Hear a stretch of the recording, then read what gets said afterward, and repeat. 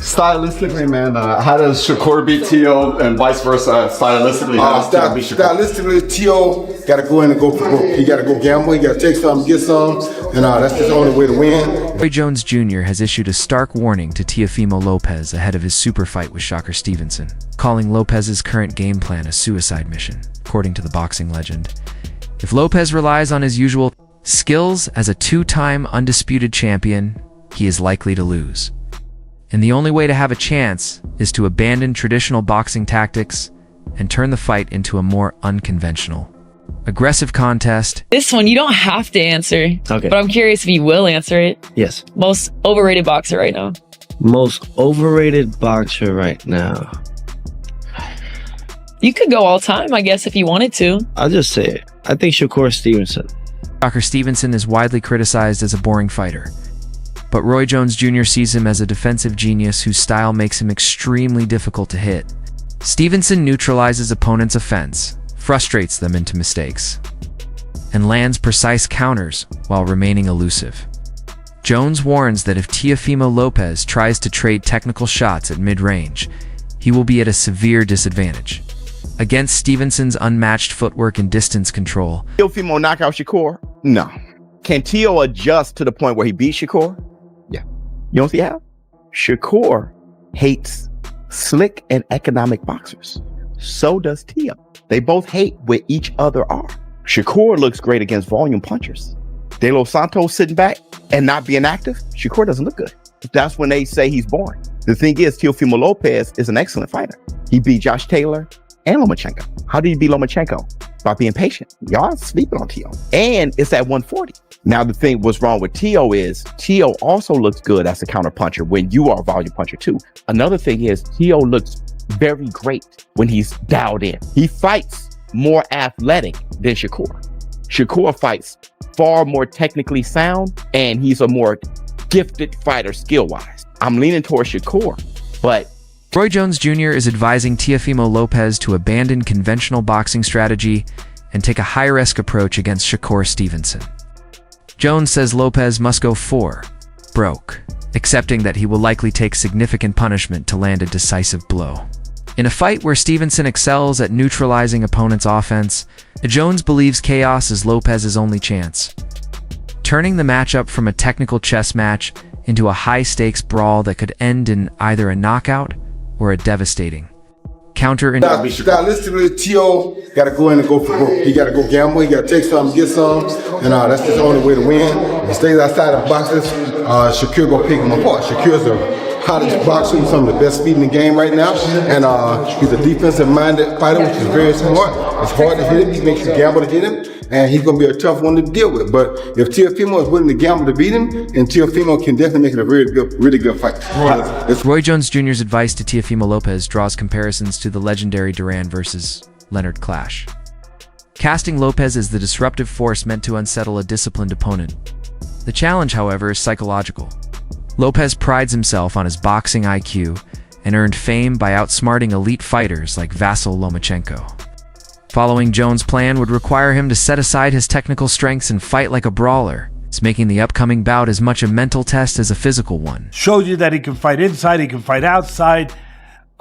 He would have the advantage of power in this fight. You know one thing that I love about this fight, Bud? Shakur's very athletic, very talented. So is Teofimo. He's more explosive with power, but Teofimo is very athletic. He is very talented. You got two athletic guys, two talented guys. Again, Teofimo I would favor with the power. This is going to be interesting. I'll give you my breakdown. I'll give you my pick when it gets closer and I do all my film work. But I'll tell you, it's a lot to like about these two athletic, talented... Teofimo Lopez's mental state is considered the biggest wild card entering his fight with Shakur Stevenson. Over the past 2 years, his behavior outside the ring, from a public divorce fallout to controversial comments, has drawn intense scrutiny, highlighting a fine fighter. He looked like he could be moved around by his opponent. Like it doesn't look like that anymore. Yeah, no, he's definitely matured in his body. But first fight at 140, Teo's what? I think this is his maybe his 5th fight at 140. Yeah. Something like that. That's true, but Shakur has a frame where he can put on 140 very comfortably. I think he's going to look as strong as Devin Haney did stepping up to 147. I believe so, I think he's too, going to Joe. feel really good at junior welterweight. Shakur is one of those guys and who comes along, and I think this is really the question about him. I said he is one of those guys. Is he one of those guys? Like Purnell, like Roy, like Floyd, their defenses were so good, and they boxed in a way where they weren't going to take unnecessary risks. They weren't running and holding. You know, I had a problem with the second half of the Haney-Norman fight because I felt like they continue to box. Purnell did, Roy did, and Shakur does now, right? But when a guy has those advantages in boxing skill and speed, and they don't take risks, they are almost impossible to beat. So no matter who Purnell was fighting, no matter who Roy was fighting, if someone would have asked me who they're going to be, they're fighting Godzilla, Purnell. They're fighting Roy. Shakur has that look to me, and the style to me, but does he rise to that level? Because it's not enough just to have that; it has to be executed. Line between focus and chaos.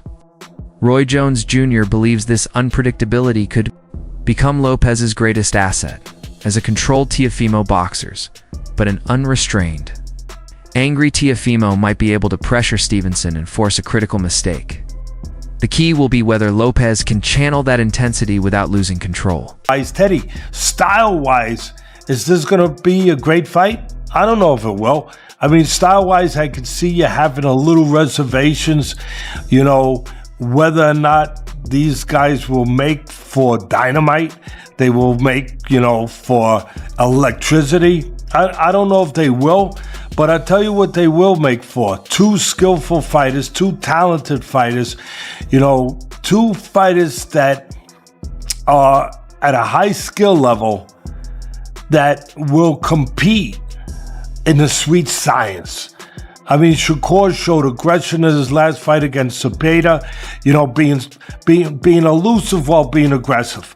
You know, walking them down, fighting on the inside, you know, boxing well, still being able to counter, still being able to control space, but also be able to go into tight quarters and not be afraid to show that he's good on the inside too, that he can make you miss and make you pay outside and inside. Shakur showed that. That was great. That was great, and people applaud him. I applaud him. We were sitting there, ringside. I was sitting there actually with your sister, ringside, watching that fight. And it was a terrific performance. Shakur showing that dimension, showing that attitude, showing that competitiveness, showing that dog like people like to show or like to talk about, and they wanted to see in Shakur. Well, they saw. Shakur Stevenson is fighting for respect as much as for a title. Despite being a 3-division world champion and Olympic silver medalist, he feels underappreciated, with critics calling him boring for his defensive style.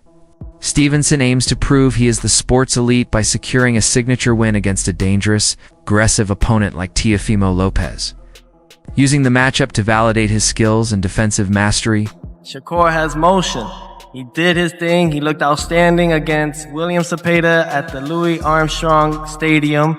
And this is what you guys need. This is what boxing needs. This is why we're here. We're here to take over. Now we got this lightweight coming up to super lightweight to come over here and dethrone the champ.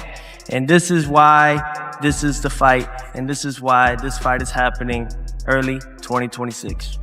Everything that I learned has brought me to this moment here now. Every fighter that I faced in this beautiful weight class is going to now put me to the test and put all those attributes and all the things that I learned from every fighter that I faced to now put it on display against Shakur Stevenson.